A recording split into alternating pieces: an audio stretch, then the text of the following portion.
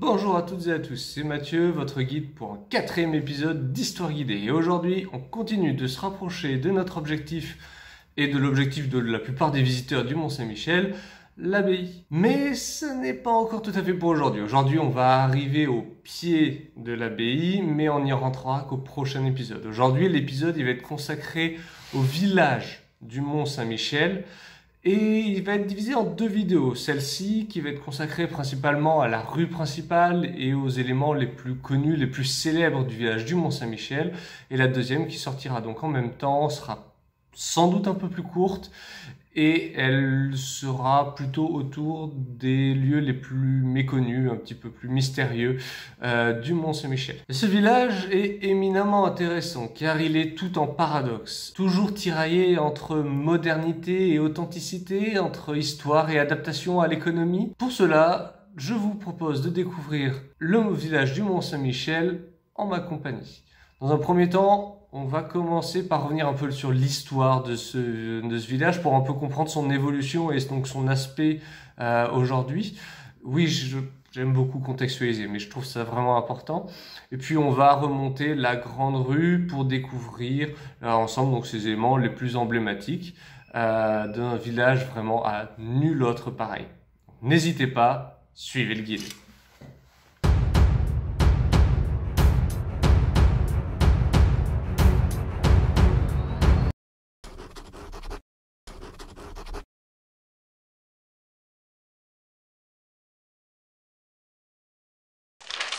Les premiers siècles de l'histoire du Mont-Saint-Michel sont assez nébuleux et assez mal connus, mais il est toutefois probable que les premiers habitants de ce qui était alors le Mont Tombe étaient quelques ermites au 5e et 6e siècle. En 709, le premier sanctuaire d'Aubert est fondé et à sa suite, un vrai premier village va commencer à se développer avec des bâtisseurs évidemment, mais aussi et surtout des taverniers, des aubergistes et autres vendeurs de souvenirs qui réalisent, eux, de petits badges, de petites enseignes en plomb ou en étain qui représentent souvent une coquille Saint-Jacques ou Saint-Michel terrassant le dragon. Et ces activités, elles sont centrales. Ces activités autour de l'accueil des pèlerins, ce sont les principales activités qu'on va trouver au Mont-Saint-Michel pendant tout le Moyen-Âge. Donc pendant environ 500 ans. Le village va d'abord se concentrer principalement autour de l'église Saint-Pierre avant de s'étendre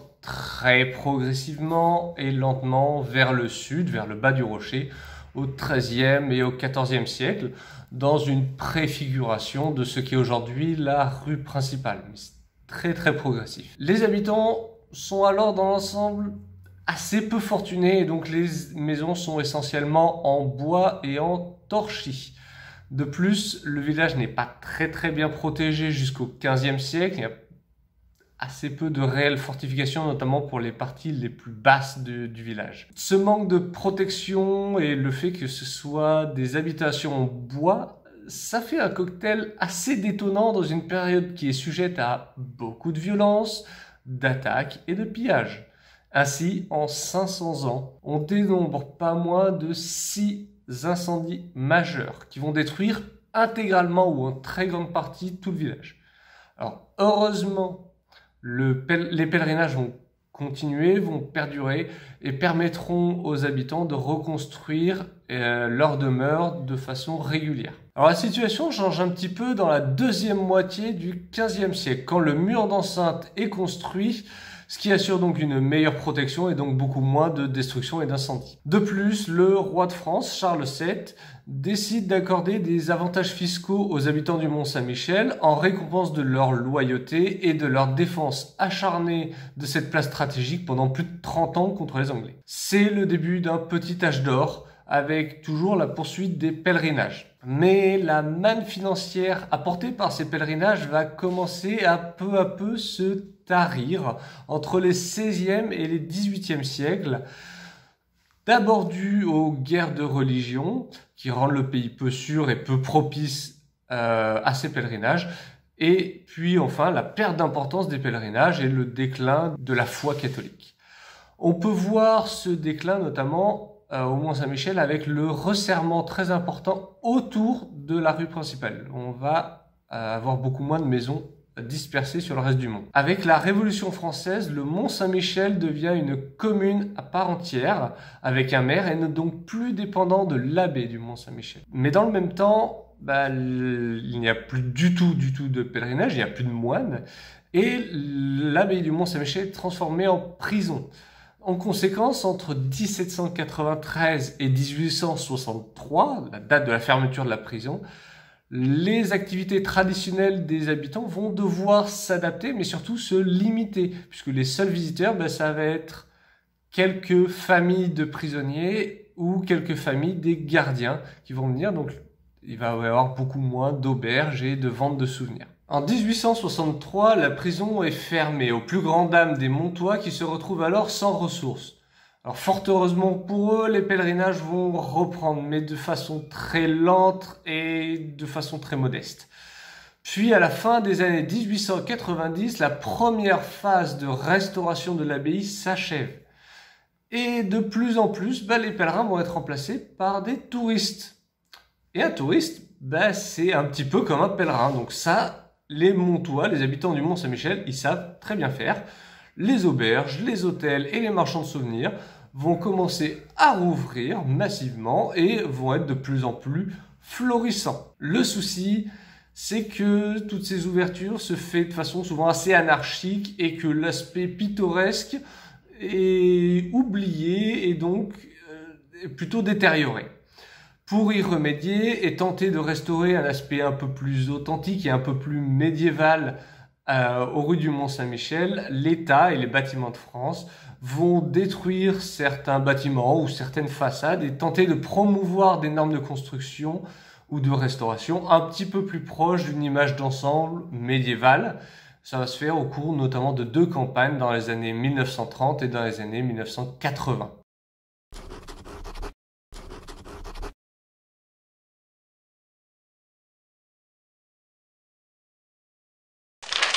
À présent, faisons notre entrée dans le Mont-Saint-Michel par la porte principale.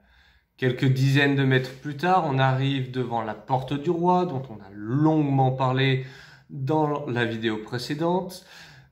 Mais vous pouvez aussi vous tourner légèrement sur la gauche et apercevoir l'une des institutions les plus célèbres du Mont-Saint-Michel, connue à travers le monde entier, la Mère Poulard avec sa fameuse devanture rouge. Ce restaurant est notamment connu pour une recette.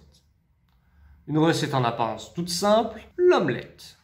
Oui, mais cette recette, elle est pourtant tenue secrète depuis près de 150 ans. A priori, elle se compose d'œufs, oui, quelle surprise pour une omelette, de beurre, on est en Normandie, donc oui, quand même, on se respecte. Elle est battue longtemps et en rythme, et elle est cuite au feu de bois. À part ça, on n'en sait pas grand-chose d'autre. Cette recette fut créée par Annette Boutiot, la fameuse Mère Poulard. Alors cette Mère Poulard, cette Annette Boutiot, c'est qui? Annette, elle est née dans une famille pauvre des environs de Nevers en 1851 et elle entre au service de l'architecte Édouard Corroyer comme femme de chambre. En 1872, quand Corroyer est désigné comme architecte pour la restauration de l'abbaye du Mont-Saint-Michel, Annette va le suivre et peu de temps après, elle rencontre et se marie avec Victor Poulard, qui est le fils du boulanger du Mont-Saint-Michel. Quand l'architecte finit son travail à l'abbaye, il repart, mais Annette, elle, décide de rester et de s'installer en achetant une petite auberge, l'hôtellerie de la Tête d'Or, qui est aujourd'hui la Poste. À l'époque, on est en 1888, il n'y a pas de route pour accéder au Mont-Saint-Michel. Les quelques visiteurs qui veulent venir sont obligés de venir par voie maritime et donc leurs arrivées sont soumises aux caprices des marées et des courants et donc ils peuvent arriver à n'importe quelle heure. Il faut donc pouvoir proposer un plat à tous ces affamés, un plat extrêmement simple, on n'est quand même pas très riche, mais surtout un plat extrêmement rapide à préparer pour être capable de le préparer à n'importe quelle heure du jour et de la nuit. C'est la naissance de la fameuse omelette de la Mère Poulard. Devant le succès grandissant, le couple Poulard rachète l'hôtel du Lion d'Or, qu'ils démolissent pour en construire un nouveau qui s'appellera à l'omelette de la Mère Poulard. Et ça, c'est l'actuel hôtel de la Mère Poulard que l'on peut toujours voir aujourd'hui. Alors, l'ancien hôtel est confié au frère du mari, Victor Poulard. Alors, on peut voir là le début modeste, certes, d'un petit empire, mais ce petit empire, eh bien, rapidement, il va commencer à grossir au fur et à mesure des héritiers et des générations. Puisque, bon, alors ça va pas se faire sans crise et sans petite guerre intestine, mais ces héritiers, et donc le groupe La Mère Poulard, va réussir à racheter une grande partie des autres commerces et notamment des autres restaurants du Mont-Saint-Michel jusqu'à en posséder aujourd'hui entre 60 et 70%. Et ça, c'est plutôt pratique. C'est plutôt pratique parce que premièrement, La Mère Poulard est donc le seul restaurant de grande gastronomie, c'est-à-dire de grande gastronomie. Donc on peut faire monter les prix de façon assez artificielle. Pour vous donner un petit ordre d'idée, au Mont-Saint-Michel, à la Mère Poulard, une omelette, c'est 40 €. Oui, oui, 40 € pour des œufs, du beurre, du lard et des pommes de terre. Voilà, voilà.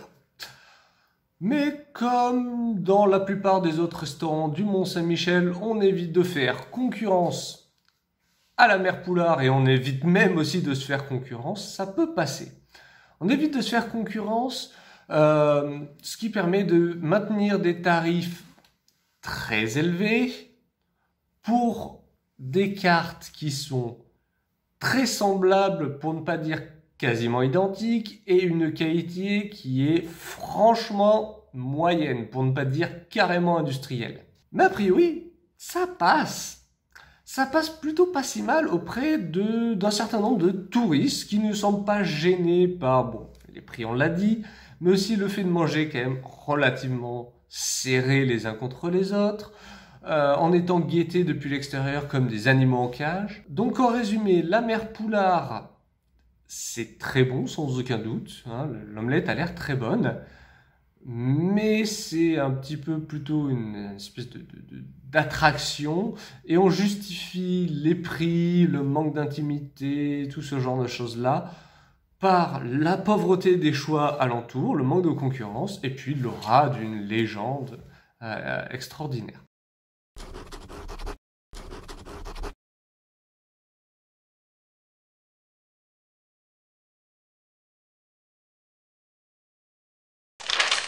Après avoir passé la porte du roi et dépassé la poste qui est l'ancien hôtel de la Mère Poulard où la fameuse omelette aurait été inventée, on va pouvoir continuer dans la rue principale, la grande rue, qui serpente sur environ 200 mètres pour nous mener jusqu'au sommet du rocher. Alors cette artère principale, cette grande rue, c'est un condensé du meilleur et du pire de ce que l'on peut trouver dans le village du Mont-Saint-Michel. Alors pour le meilleur, les campagnes de restauration successives ont tenté de redonner à cette rue une apparence plus authentique et plus médiévale. Ainsi, au bas de la rue et en haut, on va retrouver certains bâtiments anciens et en bon état d'un temps du XVe siècle la plupart du temps.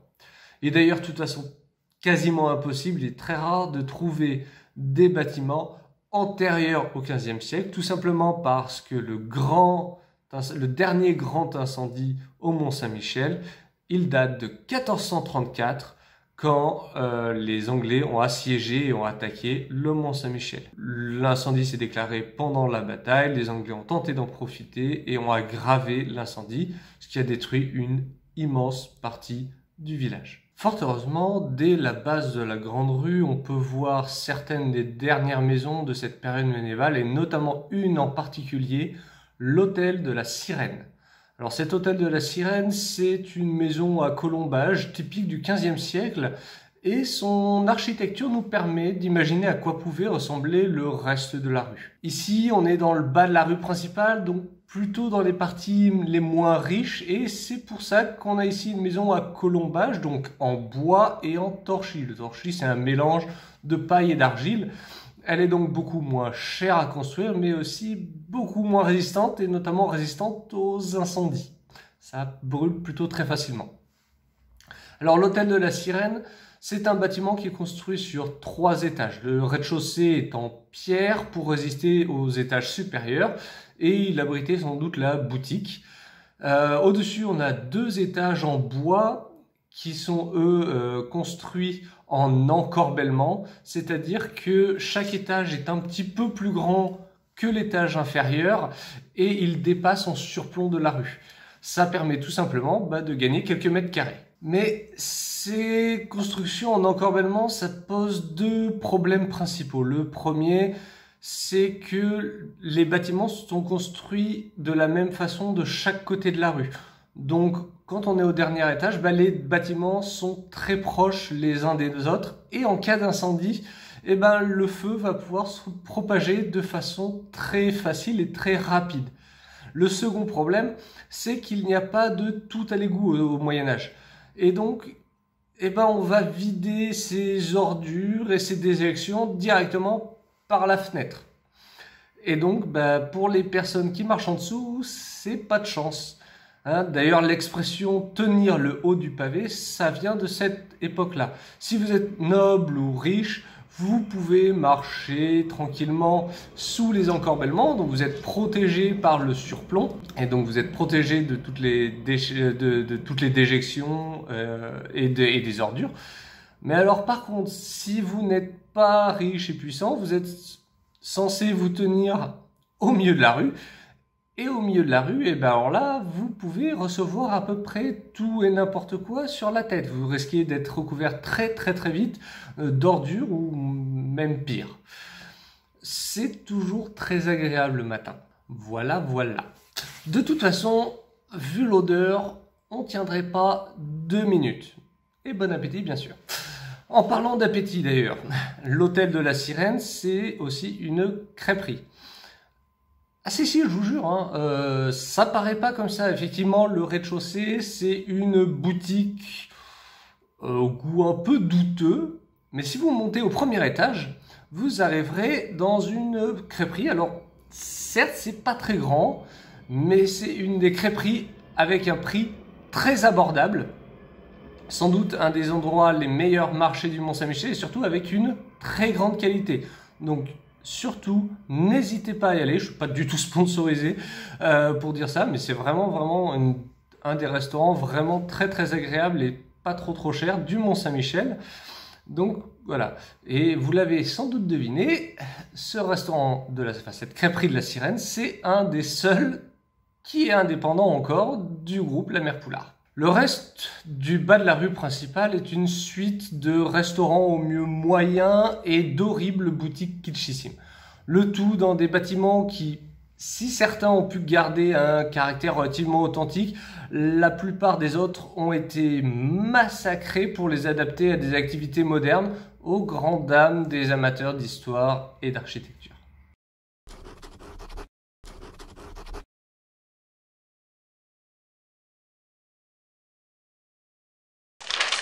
À peu près à mi-pente de notre ascension, on arrive devant l'église paroissiale Saint-Pierre, qui était le cœur du village primitif.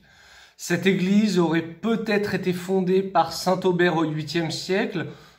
Ça reste plutôt légendaire, mais en tout cas plus sûrement, elle a été fondée au 11e siècle. D'ailleurs, on retrouve encore quelques vestiges de l'architecture romane, avec notamment quelques piliers en l'entrée du chœur. Puis l'église a été largement reconstruite au 15e et au 16e siècle suite aux dégâts de la guerre de 100 ans et aussi pour l'agrandir un petit peu. L'intérieur est très richement décoré avec un très grand nombre de statues créées entre les 14e siècle pour les plus anciennes et le 19e siècle, comme la grande statue de Saint-Michel. Alors surtout, n'hésitez pas aussi à aller jeter un coup d'œil aux magnifiques vitraux qui illuminent l'église. Ils sont vraiment tout à fait superbes. Chose intéressante et unique, l'abside principale a été construite en encorbellement au-dessus d'une petite ruelle qui mène au cimetière. Ça, c'est vraiment tout à fait particulier à l'église Saint-Pierre du Mont-Saint-Michel. Le cimetière auquel il mène est assez conforme à ce qu'on peut retrouver dans le reste de la Normandie, assez conforme à la tradition normande qui veut que le cimetière est collé à l'église. C'était d'ailleurs vrai aussi au Moyen-Âge, mais le cimetière se trouvait à un endroit un petit peu différent. Il a été redécouvert très récemment par des fouilles et il se trouvait sous la grande rue actuelle. Donc on ne peut évidemment plus le voir. N'hésitez pas non plus à aller jeter un petit coup d'œil à ce cimetière qui est assez intéressant. Il renferme quelques tombes assez anciennes, mais aussi la tombe de la personne la plus célèbre ayant vécu au Mont-Saint-Michel, la mère Poulard.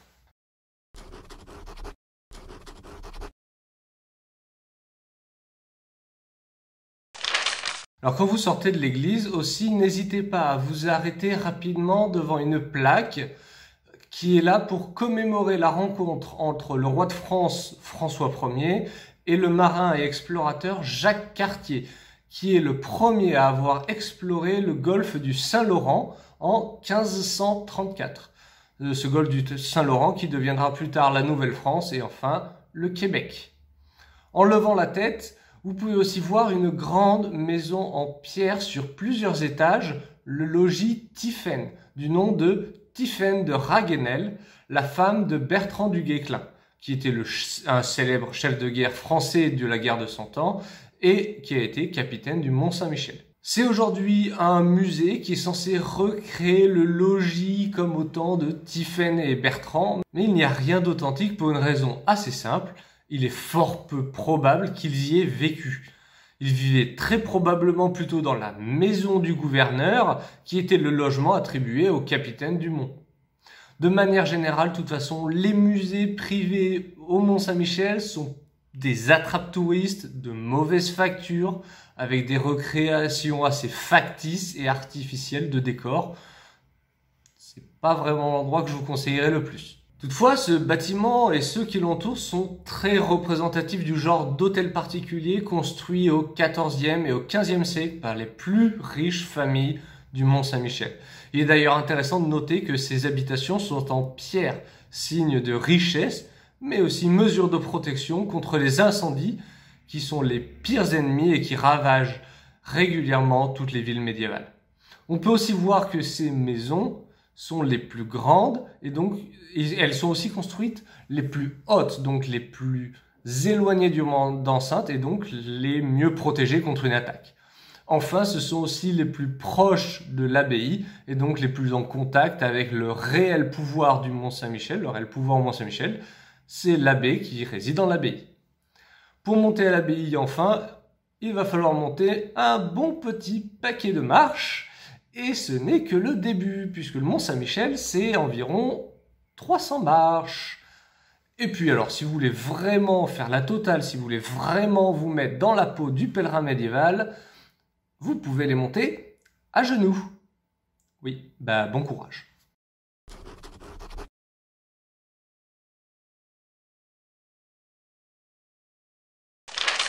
Et voilà pour ce 4e épisode de cette série consacrée au Mont-Saint-Michel. Vous pouvez aussi aller voir une autre vidéo qui est sortie en même temps sur des lieux un peu plus méconnus et insolites de Mont-Saint-Michel. Bon, en tout cas, je vous remercie d'avoir suivi cette vidéo et j'espère avoir pu vous instruire ou vous divertir. Je vous souhaite à toutes et à tous une excellente journée. Portez-vous bien. Bye!